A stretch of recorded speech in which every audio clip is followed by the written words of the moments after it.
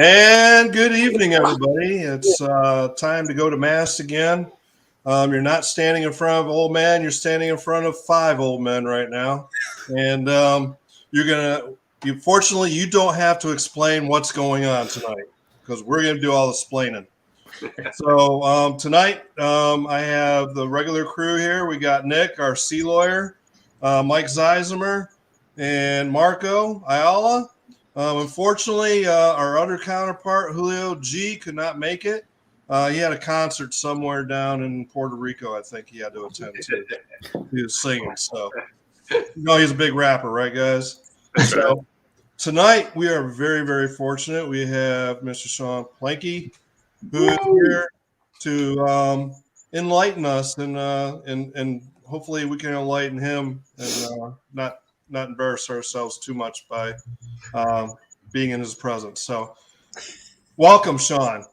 And I'm going to turn it over to the sea lawyer to do a proper introduction while I have another break. All right, so you can stand and raise your right hand, and we'll swear you into the matter. Yeah. Hey, that's the other reason why I wore green, right? Represent the table. See, they didn't get the green tablecloth reference, man. I don't know if that's just from our previous experience or what, man. But yeah, I was gonna say that wardrobe may or may not been on both sides of that at one point. yeah, exactly. So no, Sean, again, really appreciate you taking the time to join us tonight. You and I first met, I think it was a phone call. I cold called you. You did. It was about 4 years ago. I just come into a new position, rejoined working for the government. Position had been gapped for about 3 years before I came into that position. I get a call from you, and a couple of people mentioned your name, and you're like, "Hey, I work for this company. Just want to reach out to you and introduce myself." And I just had so much stuff going on. I was like, "Okay, cool, great. Yeah, I know I've heard of you. I'm going to call you back." And I think by the time I got around to calling you back, you had already moved on to a different. You're either in a new job or a different company, or you might, something may have happened by the time. So I think I tried to call you back, and you weren't at that number. Luckily, I think you and Marco have known each other for a while, so I think that's kind of how. I also cold called. Yeah, that was reciprocal though. I was like, "Hey, didn't I talk to you?" You're like, "Yeah, I think we talked." Yeah. Oh, guys, by the way, before we get carried away, we are live and we are streaming live on YouTube. Yeah. So don't go running to YouTube right now and watch ourselves because it causes like kind of a feedback thing. But before we get too far, the opinions expressed during this recording are our own personal opinions and do not necessarily reflect our past, current, future, or any other employers that we may have any time in our lifetime. From the time that I worked at McDonald's all the way through to the one I'm at now and the next one I'll be going to. So please keep that in mind. These are our own personal opinions. So with that out of the way, all right, carry on. Hey, so real quick, I want to get this out. If you were to search on YouTube, what search terms brings this up? Good question. I don't think we're into the search engine optimization piece. To it, right? Yeah, MaST, maritime security talk. I mean, is it? Yeah, I guess we probably need to look at that and see. We don't have a marketing guru.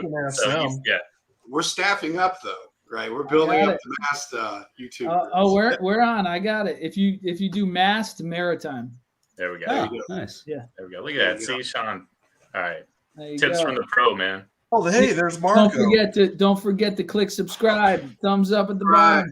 Yeah, what he said. Damn me, man. And then if you're on LinkedIn and you jumped over to watch us, make sure you like the MaST group inside of LinkedIn.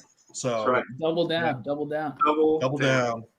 And thumbs up, subscribe, bell. We're gonna expand to TikTok Live next.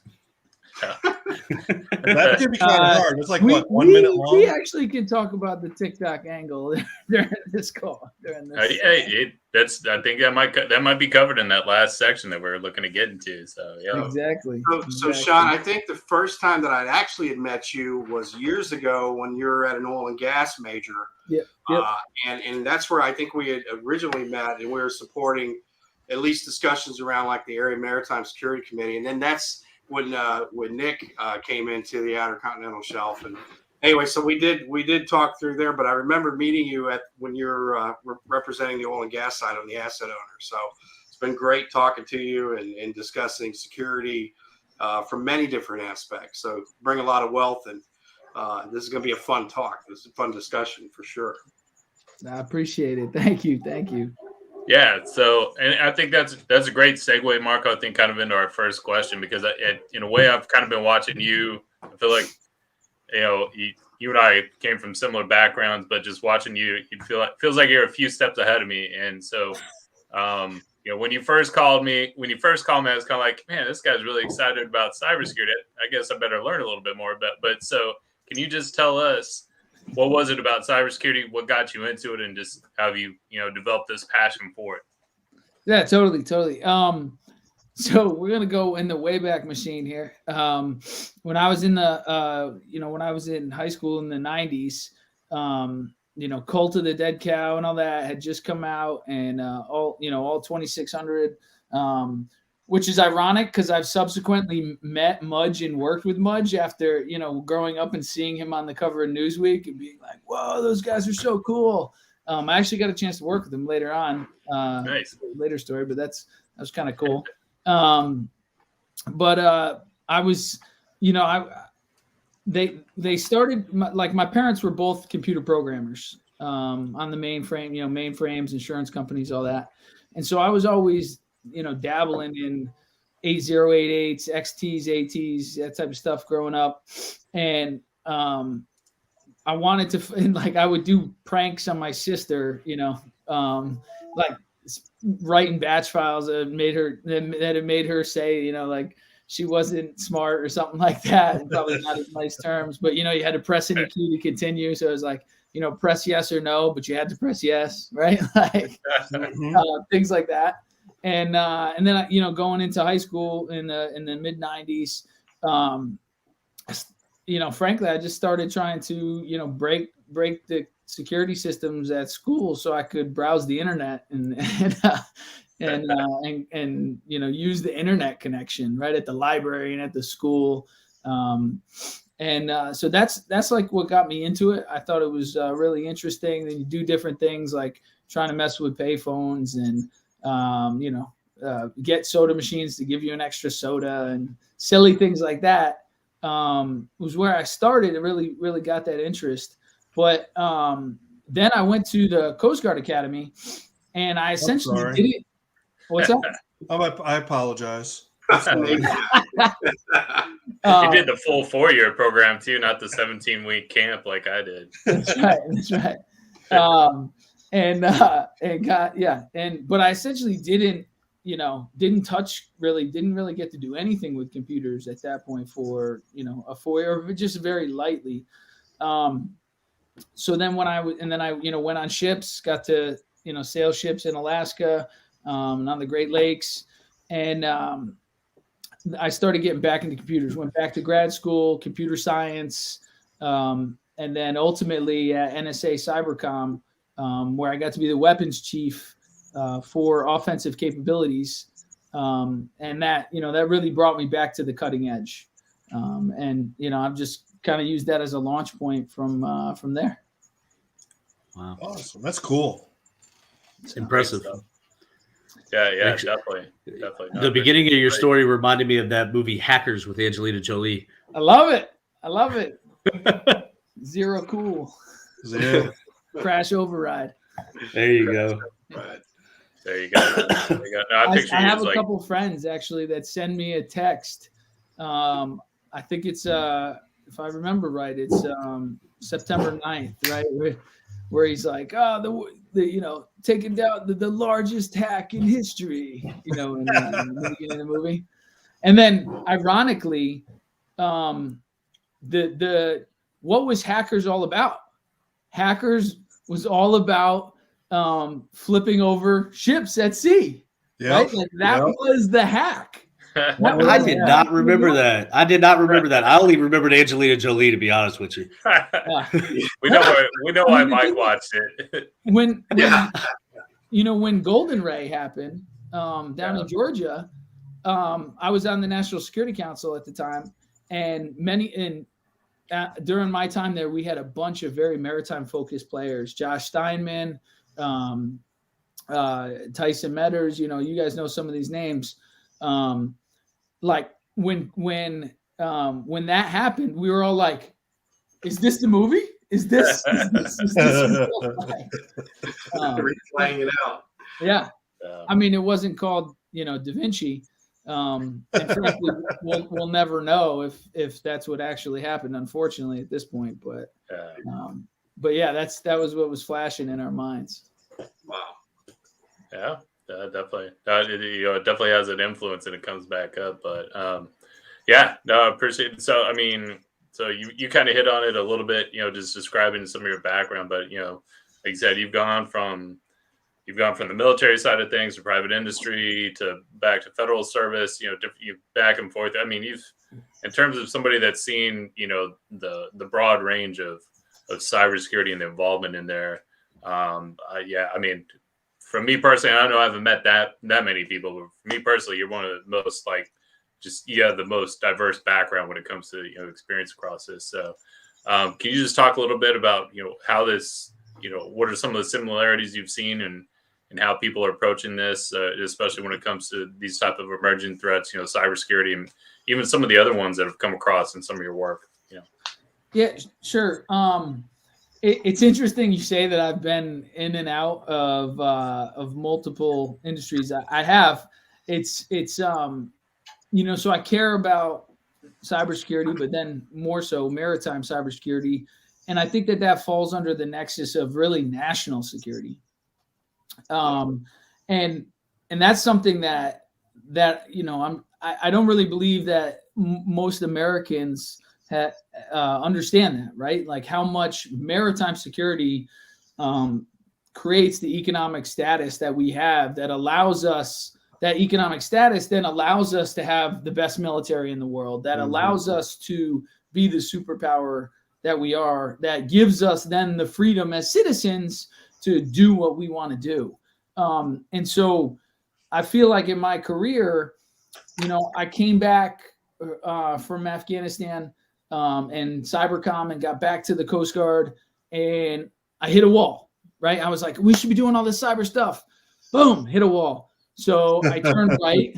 I found, because you always turn to the right, to starboard. So hit starboard, hit and got picked up by then Admiral Mark Butt. Mark Butt was the head of head of operations for the Coast Guard, and he's like, "Hey, I think we have to do this cyber stuff." He was a good thinker. I called him somewhat of a Rickover of the Coast Guard for his time period. But you may not know it, but he's the one that did the whole evolution of the Coast Guard 65 helicopter from its genesis through. He was the visionary that figured out how to make that engineering happen. Wow. Yeah, so I called him like the Rickover because he had those forethoughts. And so so he asked me to come in and create, take the cyber security in the Coast Guard forward a little bit. And my big thing there was we have to get it to operations. It can't be just an internal function. I said it's like we have Russia lobbing shells into New York Harbor right now, and we're sitting out on the Coast Guard ship going, we're protecting ourselves. We're protecting ourselves. We're protecting. I was like, our job as military members is to defend the nation, not defend ourselves, frankly. Yeah. So, under him, we were able to get some policies instituted, some things moving forward, but then I hit a wall again. And so that's when I had to exit, went to the Pentagon, hit a wall, went to BP. BP, I was running the cyber intelligence for BP globally, and that was an amazing position, amazing company. Really, really enjoyed my time there, and the people, some really smart, advanced thinkers there. But huge company. Everyone, we've talked about how do you turn the ship, and the answer is slowly. So I felt like I, kind of had turned the ship as far as I could get it. And that's when, when I ran into some people at the National Security Council, and they said, hey, we want to do this maritime thing, maritime cyber. We saw that you've been in and out of that space. Yeah. Came on board there, pushed that as far as I could to the edge of the National Maritime Cybersecurity Plan, right? Yeah. Then over to energy, trying to pull it a little bit further, and then now to the AI side, where I'm tangentially involved, but I'm still making some inroads in the maritime space. That's pretty amazing because all those turns that you made were just were positive, right? Because you made it all the way up and through the maritime plan and even through DOE and CESAR, right? And those initiatives. Yeah. Tell you what, it makes me feel better about my future. I've been taking some some turns. I don't know if I was taking to port or to starboard, but whichever way the wave pushed me is where I've been going. But no, it's the same thing. I started out Navy doing maritime stuff, and then private sector, Pentagon, all that other stuff, and now here I am, where I'm at, and I'm already looking at the door to make my next turn. So I like it, and it's going to be in the maritime space or energy space. No, unfortunately not. But still supply chain. Good. So I'll still have my pulse. I'll still be the executive producer of this. So I still have maritime. Just kidding. Yeah, he can't get away from it. These guys won't let me quit. So he's like the Beatles buying his masters. Buying his We're just gonna have to change the acronym. We're gonna have to change the acronym up a little bit somehow. Well, that's why I said masochism, right? Or you can just look. It can still be MaST. We just got to add extra S for supply chain. Yeah, that's SC. That's why it's masochist. That's kind of scary. We're pain. We're glutton for pain. People are going to come to that YouTube channel expecting something. Yes. Our viewership would skyrocket. The search term. We get the wrong kind of viewership, right? Yeah. Yeah. Who knows? Hey, as long as the like buttons get hit, I guess. Yeah, I know. YouTube. We start getting paid by YouTube. It's gonna be great. We're inflicting a different kind of pain, man. We're boring people to death, man. When they come to dude, I'm just ecstatic. We have 20 subscribers. Yeah. I feel sorry for them. I'm sure they're fine Americans. Yeah. I don't know. I've seen some pop up on the YouTube chat that they're questionable, maybe foreign intelligence. So yeah. Have to use Google Translate to figure out the name Putin or something like that. Yeah.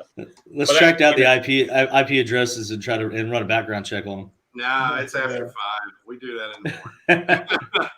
But Sean, Sean, you had great mention in there about just the awareness of the maritime, like the importance of maritime supply chain, the maritime industry to the American way of life, right? So, depending on where you grew up, where you're from. I grew up in New Mexico, desert Southwest. Yeah.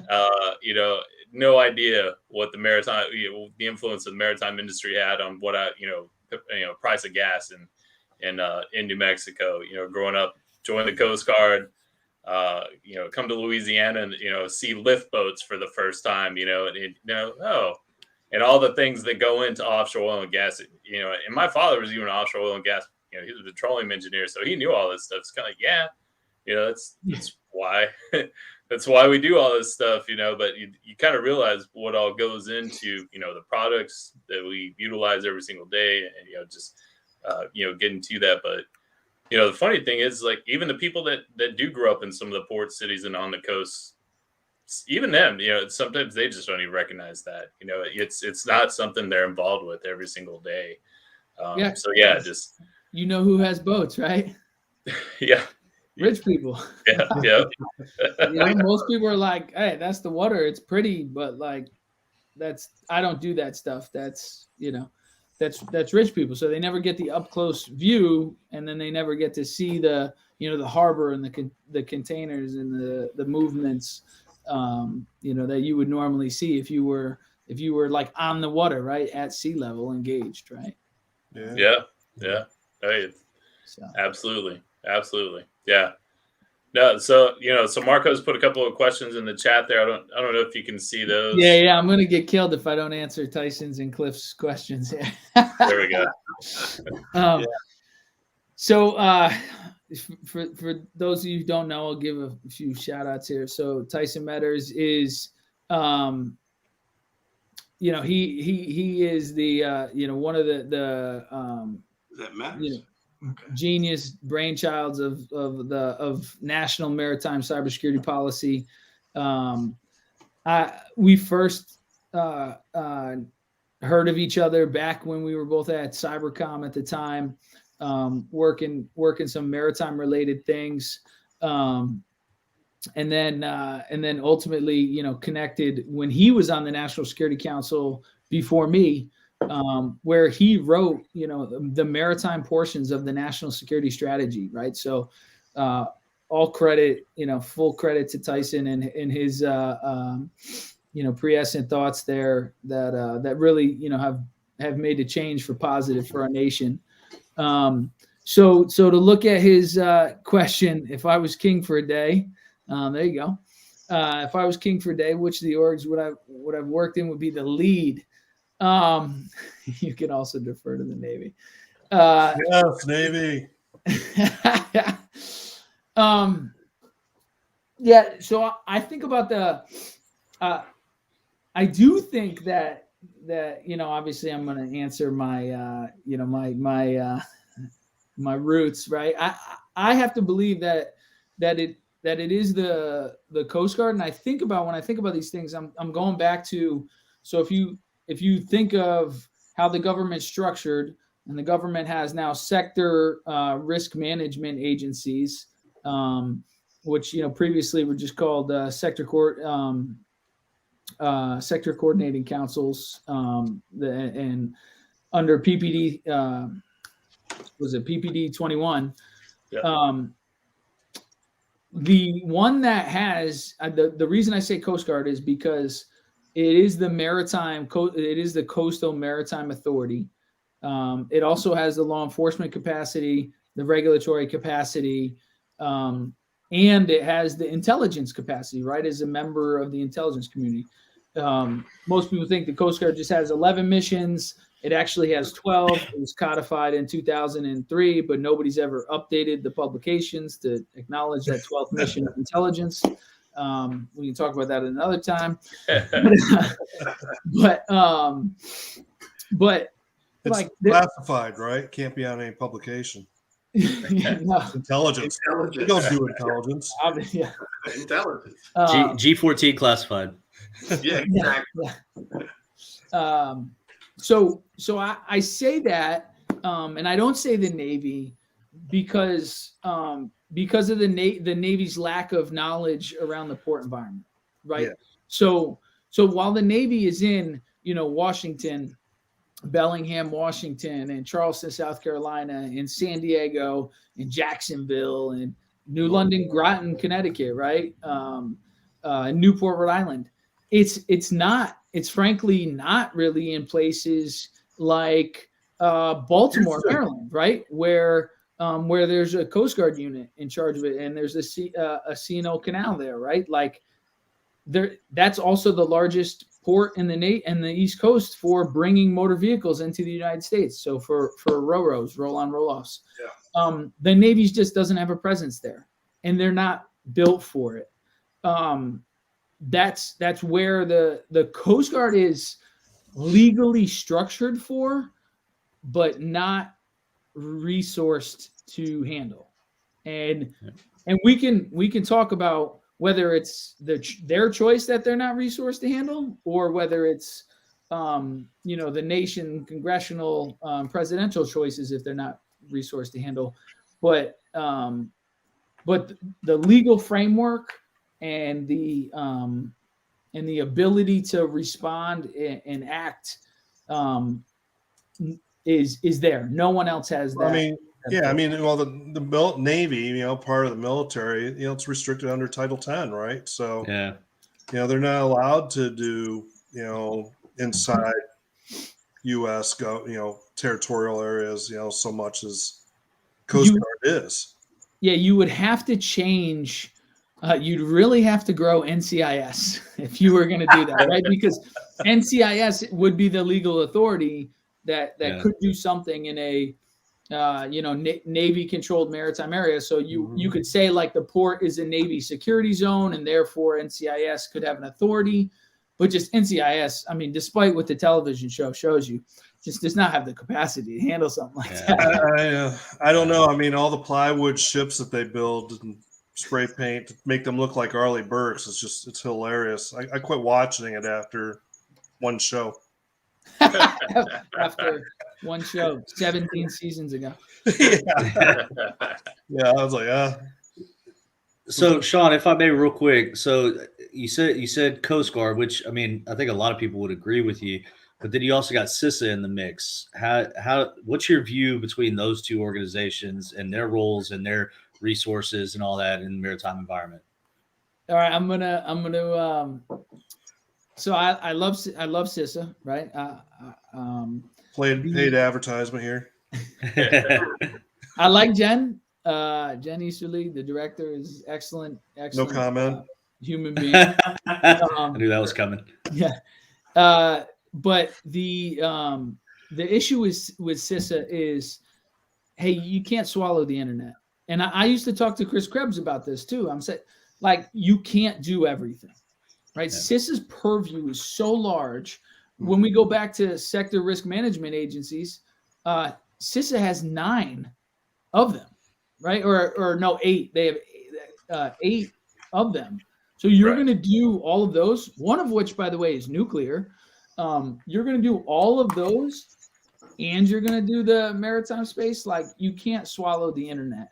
And then the separate fun fact is, I think up until last year, when we talk about the HURT teams, right, which is CISA's flyaway response team, did you know that 60% of them were Coast Guard? Ooh. So the Coast Guard had 20, I want to say it was like 27 people assigned to the HURT and to the NCATS team, the assessment team. So, like, a lot of that work was actually Coast Guard people, and there's still some assigned there, but they were the ones that were doing the work. And so I love CISA, but it's just not scalable to the extent needed, right? Like, we have 316 ports in the United States. How are you going to scale to that? And over 3,000 MTSA facilities. Oh yeah. There you go. But I mean, and we hadn't even got offshore, right? I mean, we hadn't even talked about offshore drilling and production, Gulf of Mexico, and globally. Yep. OCS. Yeah. Or now wind, right? Like, you've got the largest lease with used to be called Statoil, but BP and was it Equinor now off the coast of Martha's Vineyard, Long Island area. Yeah, it's interesting. Yeah. Well, I'll tell you what, the Coast Guard teams that like the CPTs now that are out there, they're top notch, and I'm fortunate enough to have been able to work with them here a short time ago, and they were great to have around. And I tell you what, I'm sure glad they're a resource. They're there. I sit there. I had to do a presentation to one of the Coast Guard admirals. And I think it kind of hit home to him when I sit there and the Coast Guard CPT is kind of like the SAR units that Coast Guard has. You got a ship out there, it's in distress, and they fly out, or they'll send a cutter or a rescue boat out or something like that to help that ship. That was that's what that CPT did for the organization I was at, and it was it was a lifesaver, and it helped out a lot. And actually, one of the things, the problems that anybody it's in cybersecurity or leadership role in cybersecurity is trying to get somebody to validate everything that you said.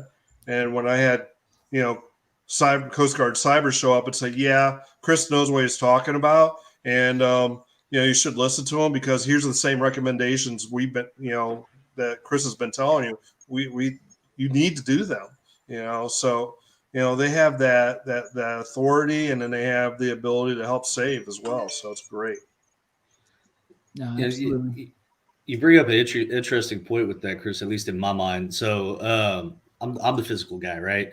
And so I do like I'm an FSO, and all of a sudden got slapped with this. Hey, guess what else you're responsible for? Cybersecurity thing, right? Right. Never really had, I literally went out and bought cybersecurity for dummies, And a that bunch kind of of stuff. fans. Yeah, and I mean, so at least the perception that I've had and many other of my colleagues have had is that it does appear that Coast Guard is really good with like the response and helping, like Chris was saying, but not necessarily so good on the upfront. Hey guys, here's what you should be doing. Yes, there's great documents out there, NIST standards and all that, and some of the guidance and stuff, but breaking that down for the common FSO, breaking that down. And then you got the majority of who a common FSO would deal with is a facilities inspector, right? They are definitely not subject matter experts when it comes to cyber. I'm not trying to take anything away from any of them, but it's just not their specialty, just like it's not an FSO specialty. So it's been a struggle for a lot of, just physical security guys and FSOs to get that guidance and to get, what direction should I be, pointed in. Now, myself, I've been very, very blessed, very, very lucky to have that guy right over there, and yeah. I know. But I mean, like, seriously, a lot of people in my position don't have that. They don't have that, and they look to the Coast Guard, which kind of actually brings me up, I guess, to one of the other questions that was brought up about how prescriptive should policy be, and how in depth we should go with that kind of thing. So two comments there. So Cliff Neve was may or may not know, but he basically was not basically, he is flat out a plank owner of Coast Guard Cyber. Did a lot of the initial constructs along to, is where should things be, how should it be constructed, what do we drive on. He fought the windmills for years on all of our behalfs, right? Even before I was fighting the windmills. So hat tip to hand salute to Cliff, and is still involved in the community today. When we think about how prescriptive, right? I go back to, right, the NAVIC comes into effect in October, right, Mike? So last year. Yep. Yeah. It's so, but there's a lot of back and forth about all that. Right. So it's going to be in effect.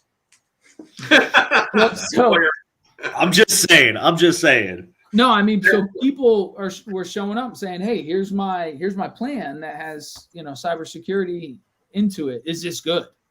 Yeah. And the answer is, I don't know.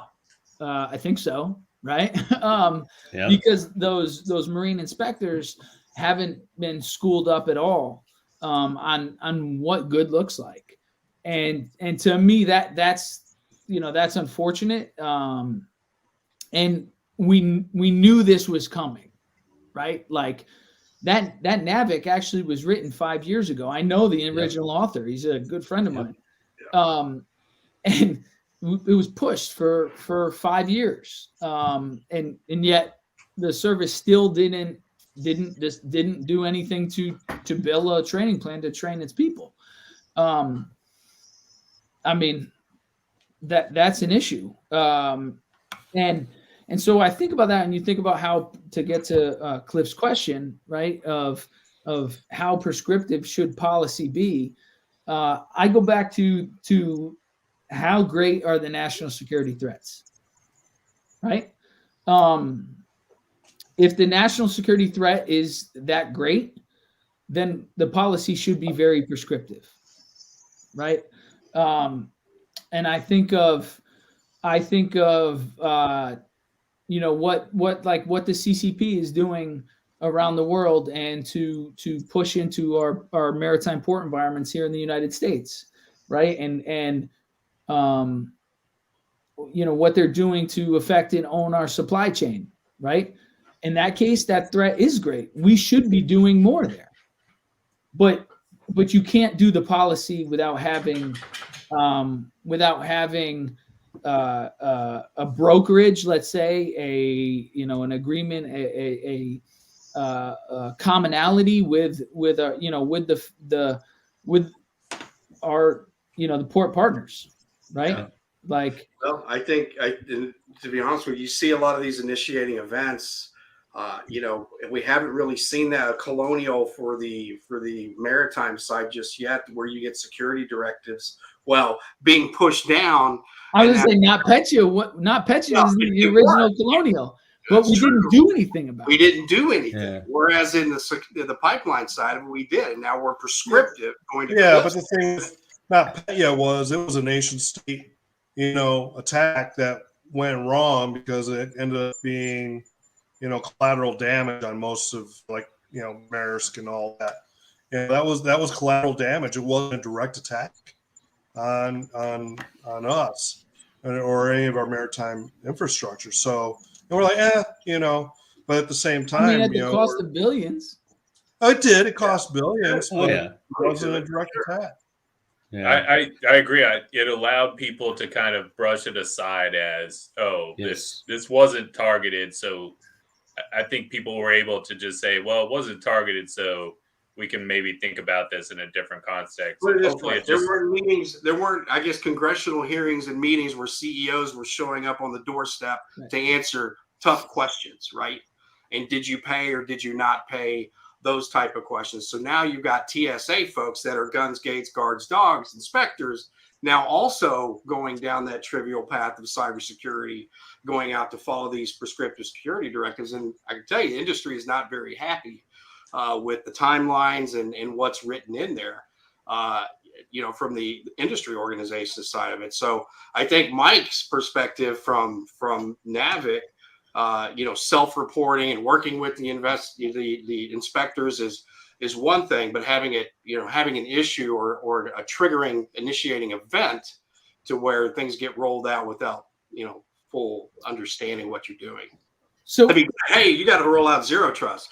Hey, you got to do all these other things. It's like, we don't even know what we have in the maritime industry. We think we've got these cranes that might be digitalized or, Yeah.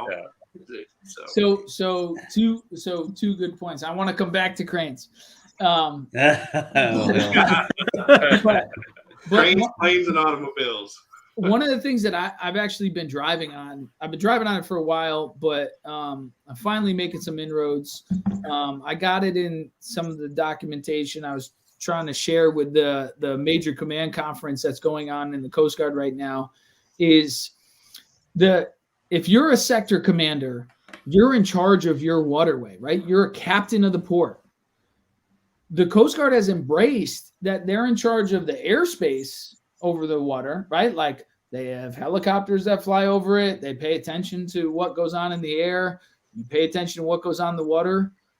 And yet the service has not embraced the cyber domain overlay of the maritime space. So there's no cyber maritime domain awareness. Why? Right? You're still responsible for it. So why don't you have it? And if you're a sector commander, you should be saying, hey, what's going on in my waterway? Now, there has been various assessments. In fact, Houston had one, I think it was, 5-6 years ago, where they worked, the State Fusion Center worked together, and they just did a simple, what are the Wi-Fi networks that are common in the water? Remember that. Yeah. Right. I remember that. Yeah. And it's like a similar one in Louisiana with that fusion center. That's right. There's been one in Buffalo, New York. There's various places around. Why aren't we doing that all the time? Yeah. Like, we should understand what normal looks like. What do FSOs do if not know what normal looks like in their physical security environment? Why is that any different, right? That's not that there's no intelligence collection there. There's nothing. It's nothing more than a lookout on the bridge knowing what contacts are out there, right? There is no legal. Really good analogy. Yeah. So I've been pushing that, because then you would know when, like, a foreign flagged vessel comes in, or per se a cargo ship that may be also a military intelligence collection device comes into your port, right? Like you'd say, hey, wait a minute, that's not normal. We should do some further follow-on checking, right? Those types of things. So I think personally, I think there's kind of a disconnect that a lot of people don't understand the similarities between physical security principles and cybersecurity principles. You can apply them across. We've been doing physical security for My son, he has learned. Preach. I mean, like seriously though, like physical security really started, in ancient times with walls and moats and guards and stuff like that, and we've been doing this forever, and those same principles apply, But everybody's so scared of that cyber, you know what I mean, and I think that has a lot to do with it, at least again, in my opinion, as to why it hasn't been embraced. And then you got the flip side, Marco, you were talking about like a triggering event and all that good stuff. And we talked briefly about, how prescriptive policy should be and stuff like that. Typically industry is going to say, no, we don't want regulation, all that, I mean, that's just the way we are, and I get it. Cause like for the most part, it's like, look, guys, we got this, kind of thing. Yeah. But when it comes to stuff like this, we're not going to get the resources that we need.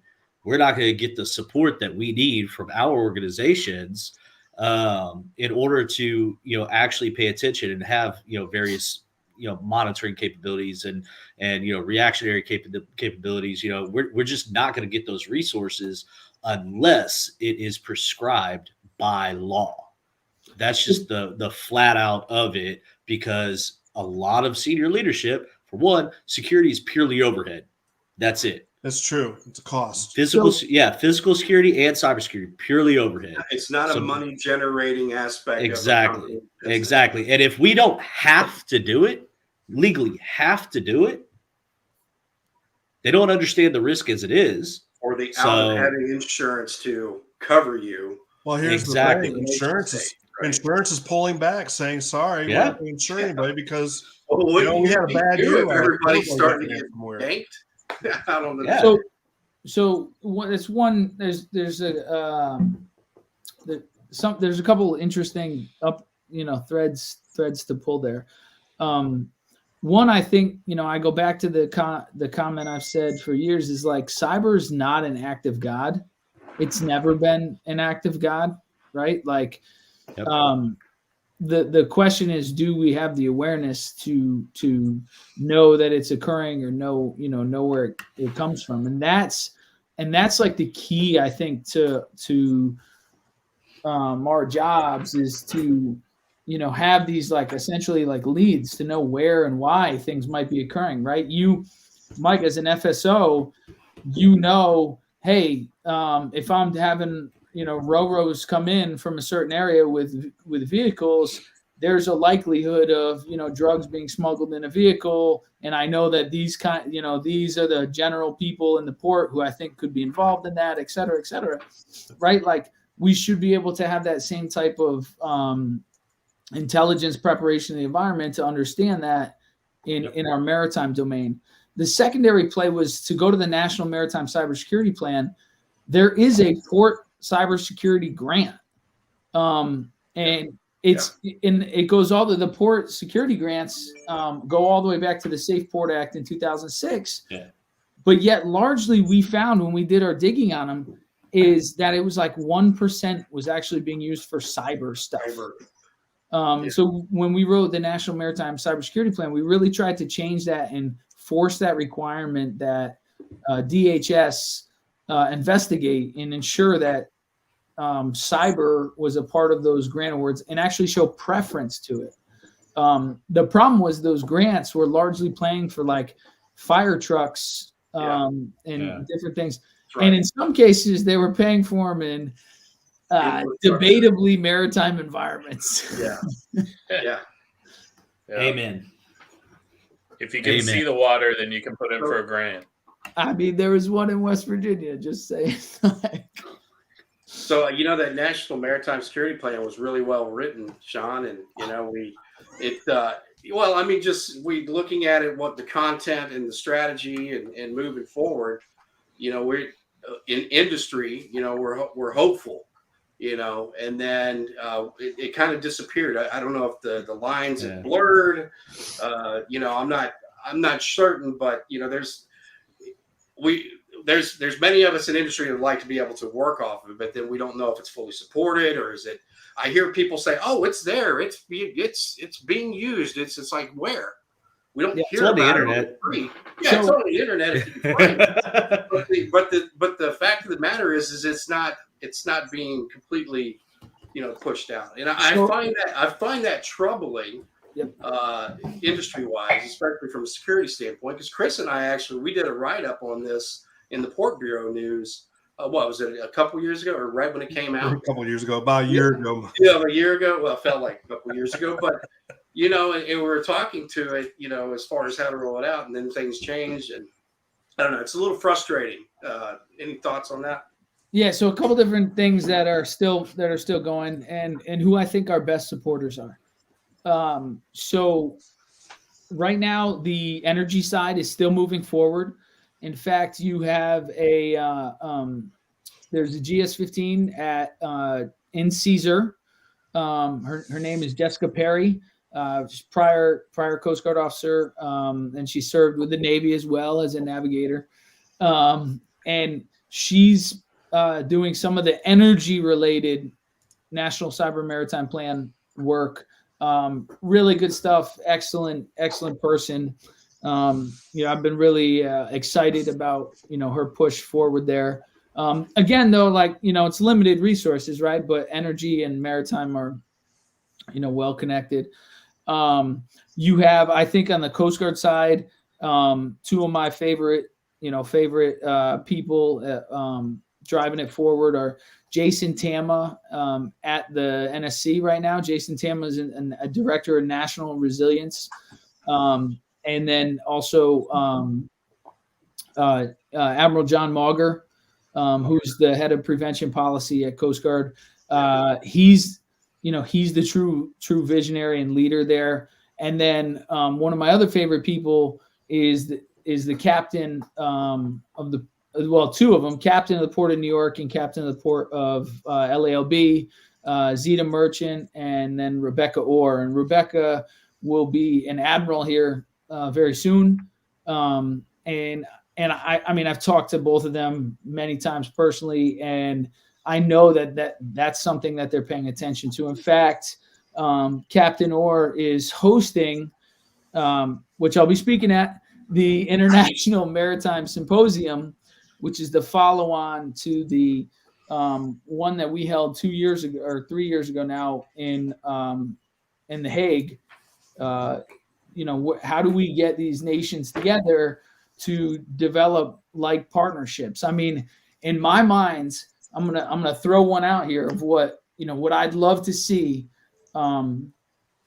We have to take like-minded nations and develop these commonalities of cybersecurity standards.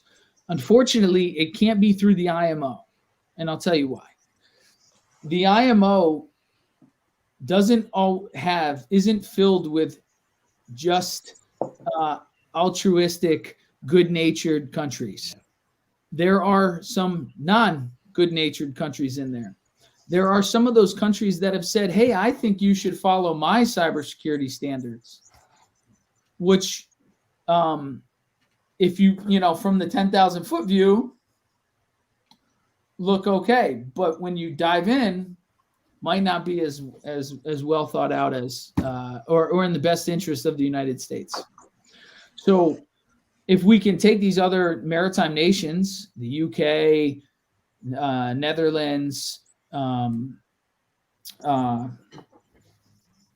blanking here, but Canada was there, Australia was there. You want to bring Singapore in, Denmark, like these maritime nations together, where we have most of our trade coming in and out of on the maritime side, and say, hey, I agree to this, you agree to that. Let's do something to reduce the friction in our commerce, right? So you have CPOTS, which is a counterterrorism related inspection authority. If you get inspected overseas, you're a member of CPOTS. We will then, move you through customs faster. It's almost like global entry, but for cargo. Imagine if we did a cyber CPOTS, right? Hey, we're going to clear these ships faster into our ports, or we're going to clear the cargo carry with them, or even maybe reduce a customs, reduce a customs charge or something like that. If you can show that you invested this money in cybersecurity, for your port environment and for your terminal and for your vessels, then we're going to take off a customs charge on you, give you like a rebate type or tax break type event, right? We're just encouraging the growth of commerce between those nations, which we want to do anyway. And then we're also facilitating, the movement of cargo in the port environment. Well, I think it's great in theory, but it's probably hard in practice to say, well, my security is just as beefed up as the other guys. How do you actually go and you prove that? It's not like looking at the side of a vessel and say, oh yeah, that one meets code, So yeah. Go ahead. Not as much of an answer to you, but I don't need an answer. I was just pointing that out. So. No. I think that's a great point. But what I want to add to you is say, like, do you know how much cargo we currently inspect right now? Oh. Customs and Border Patrol inspects less than 2% of the cargo entering the country right now. Oh man, heartburn. So, I mean, we're kind of like, you could make the argument that we're not doing it now. Yeah. So, how much is it actually? There are reciprocal. There's already structures out there for different agencies like Customs and Coast Guard to go to foreign ports and do assessments and things like that. Right. That's already in place, so we could potentially leverage that. And then you got Customs Aqua Lane, for example, and you got CTPAT. It's all supply chain security certifications and stuff, and there's certain privileges that each of them get with each of those programs. So the model's there, and leveraging, obviously, kind of like what we talked about earlier, getting the right people, the right training would be the key with leveraging those programs, at least in my opinion. Yeah, I mean, imagine one could imagine that is like security. If you even have a hygiene or a security fundamentals background in a certain number of your personnel or security people in a port environment, right? Like, the customs authority of, let's say, Rotterdam certified that the company had it in this port. We have the paperwork that certifies it in the U.S. port. Bam, you guys are connected. We can facilitate some, some less friction in the trade, right? Like, yeah, I mean, CTPAT recently included a lot more cyber in their minimum security requirements, at least for. I haven't really looked into anything other than obviously the MPTOs, the maritime port terminals, but they beefed it up quite a bit in this latest iteration, at least compared to the previous. So I'm sure they're probably doing it across the board, or at least they should, in my opinion. Right. But we should also make a benefit on it. You know what I mean? Yeah. Oh yeah. Well, and that's the whole thing. In order to be certified to the CTPAT, you have to meet those minimum security criteria, and there are privileges that come along with being CTPAT certified for customs. So perhaps there's since that mechanism in place, maybe why reinvent the wheel? Why not just use that same model kind of thing, It's interesting you bring that up. That just came out. So that just came up after that road trip I did last week to Florida. That exact same thing came up. And so it's an interesting thing because you guys at the facilities level, you've already faced this before with multiple agencies coming in with CFATs or things like that, where you've got multiple agencies, multiple jurisdictions claimed over facility, and now you've got all these. So there's a component of interagency communication that needs to go on here too. Yes. To help to facilitate exactly, we're all shooting towards the same goal. So there's a level of interagency communication that is only going to help that effort as well. So somebody just brought that up to me this past week, and it's definitely something I'm going to be digging into. But why haven't you fixed it yet? What's that? because it's a role of CISA, and they It's a haven't to-do list. Yeah. yeah. Yeah, I mean, and Have another. you're absolutely right, Nick. Because I mean, like we've talked about it before. You know, we're not just maritime. You know, it's not just ships. That's not the only thing that we deal with. You know, we're intermodal facilities. Intermodal. Yep. Yeah, we're intermodal facilities, and you know, like MTSA is great. You know, it actually is, because it gave us a foundation to have stronger security in place at our marine facilities, but it's limited. It's very, very limited to just the facility and the vessel and OCS. But I mean, literally, that's all it is. As soon as that fits, as soon as that MTSA boundary is crossed, there's nothing, right? Whereas a program such as CTPAT is based in supply chain security. Right. You know, and then you got organizations such as TSA that have a wide transportation focus. You know, they're obviously more in maritime now than they have been in the past, which I think is a good thing.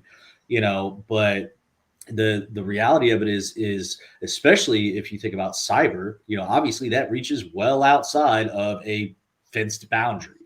You know, so a different thought process, I think, would be beneficial, instead of just looking at what is the MTSA boundary, what is that fence line. You need to expand. You need to expand CTPAT just beyond, because CTPAT really focuses on the terrorism piece of that. Right. Yeah. Right. You know, so you need to, you know, we're dealing with nation states. You know, that's not terrorist. You know, so you need to expand that. So excellent segue, right? So my segue and thought on that is, so CG Cyber, for instance, they're not a maritime policy regulator. They're a national defense unit. So they're not bounded by the MTS and saying, like you said, you know, oh, this was our space and we don't have a regulatory authority over there. They don't have regulatory authority anywhere. They have national security and national defense authority. Right. So, and frankly, they could have enforcement authority, you know, under Title 14. So, like, use that aspect, because it's not going against the regulator, right? Because as Chris said, the adversary is a nation state. Yeah. So we're not going against, I said regulator, I meant the company. We're not going against, you know, the terminal operator. The CPT is going against the nation state adversary. So they don't need any thought of like, oh, well, we can't cross that boundary. Oh, this is a regulatory area versus not. One of the things that we were trying to stress was that CG Cyber is not regulatory by any means. It is for the national security of the nation. And so they're not bounded by, you know, regulatory areas. Right. Tell you what, this has been very thought-provoking, a very interesting chat, and I don't think we even got close to scratching the surface today. So that means we have to have you back, Sean. I'd love it. We should do it maybe as like a lead up to that International Maritime Symposium, or there you go. You know, we got Hack the Port coming up. I'll be down there. We'll definitely see you there. Marco's talking there. I'm supposed to talk there. I guess you're there too. So yep. I'll be watching on the sidelines. I'm bringing Nick Anderson, who was former CIO for Coast Guard Intel, and then also he was he was Caesar after I was Caesar. Two Caesars. Ironically, one of us may have had the same outcome. Well, I want to thank you, Sean, for coming on tonight. I know that we enjoyed having you here, and it's been actually a very good conversation. And we definitely look forward to having you back in the future, whatever season 2 episode number that is. But I'll let our sea lawyer work that out with you. And so with that, I want one more time saying the opinions expressed during this recording are our own personal opinions and do not necessarily reflect past, current, or future employers. And with that, folks, that's a wrap for tonight. Thank you for watching, and we'll be back here in 2 weeks. Yeah, 2 weeks. 2 weeks. And we'll be looking forward to having a great evening with you again. Thanks again, everybody. Have a good night. Thank you. Thank you. Thank you.